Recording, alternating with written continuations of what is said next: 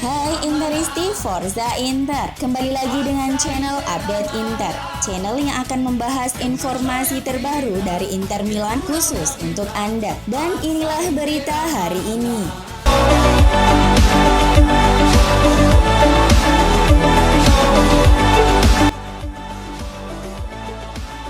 Inter akan melanjutkan upaya mereka untuk memenangkan gelar Serie A pertama sejak 2010 di Stadio Renato Dall'Ara melawan Bologna yang belakangan mulai bangkit kembali pada Minggu 4 April dini hari waktu Indonesia Barat.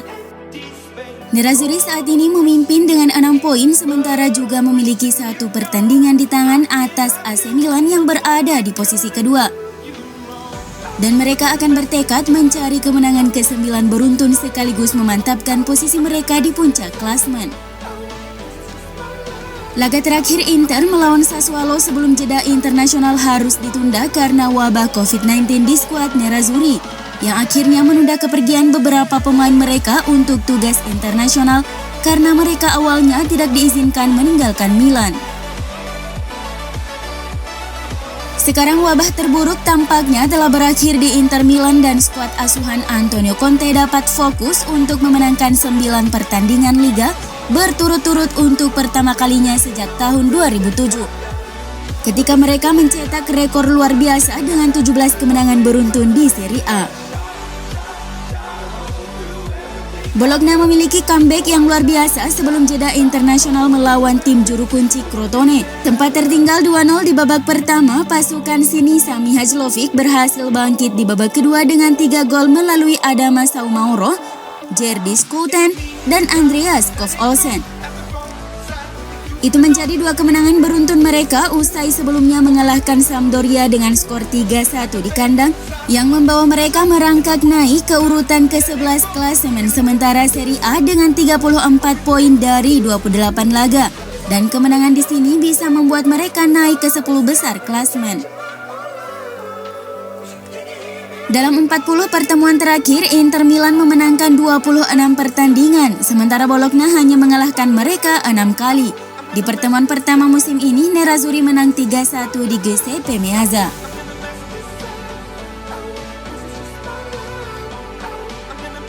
Bologna mungkin sedang menunjukkan performa yang menanjak sebelum jeda internasional, tetapi Inter Milan saat ini terlihat tak terhentikan. Duet Romelu Lukaku dan Lautaro Martinez diharapkan kembali memimpin pasukan Antonio Conte untuk memporak-porandakan pertahanan lawan dan mengamankan kemenangan ke-9 beruntun mereka.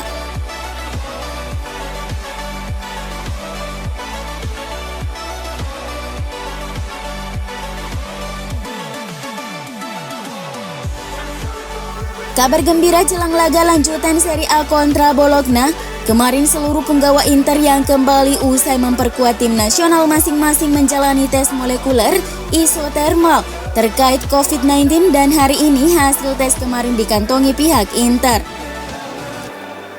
Beruntung tak ada satupun penggawa Inter yang terkonfirmasi positif yang membuat 10 pemain yakni Barella, Sensi, Bastoni, Lukaku, Eriksen, Brozovic, Perisic, Skriniar, Hakimi dan Radu bisa berangkat ke Bologna.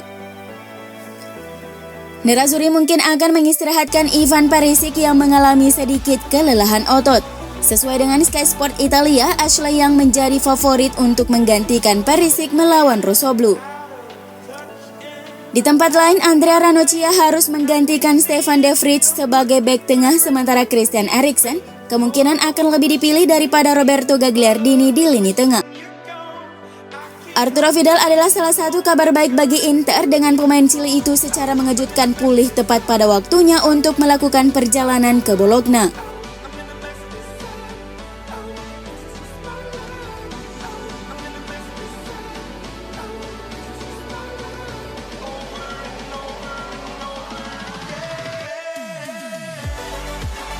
Inter Milan saat ini tidak berminat untuk mempertimbangkan penjualan Romelu Lukaku ke Barcelona.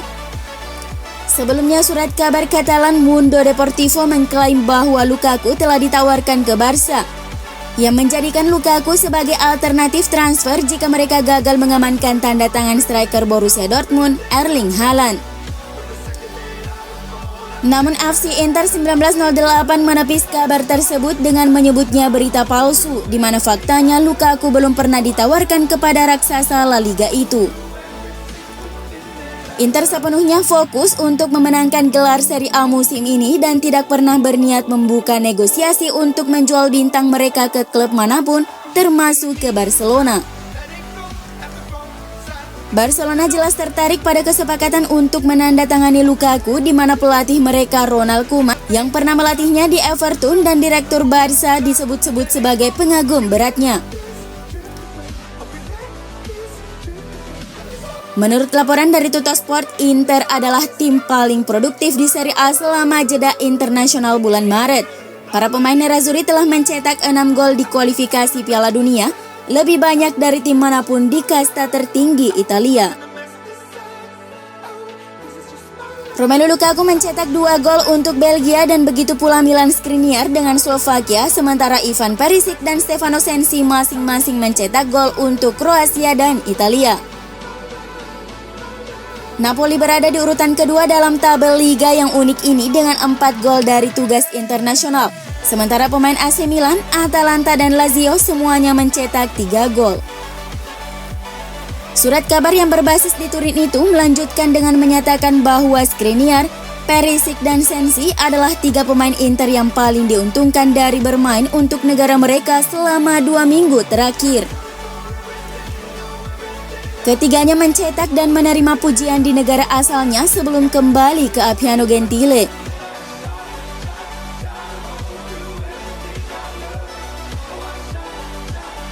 Ada hikmah juga di balik ribut-ribut Zlatan Ibrahimovic dan Romelu Lukaku beberapa waktu lalu.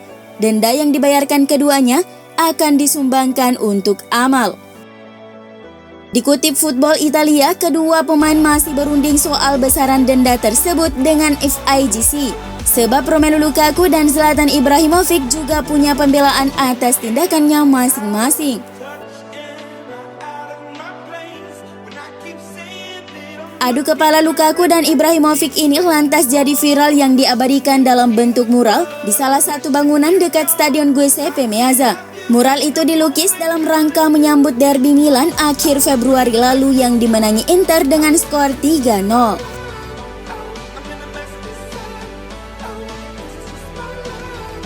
Inter terkonfirmasi tengah mengejar bek Napoli yang memiliki kontrak yang akan berakhir pada 30 Juni mendatang, Nikola Maksimovic. Laporan dari Tuttosport menyebut jika bek 29 tahun ini saat ini berada di posisi terdepan untuk didatangkan Inter.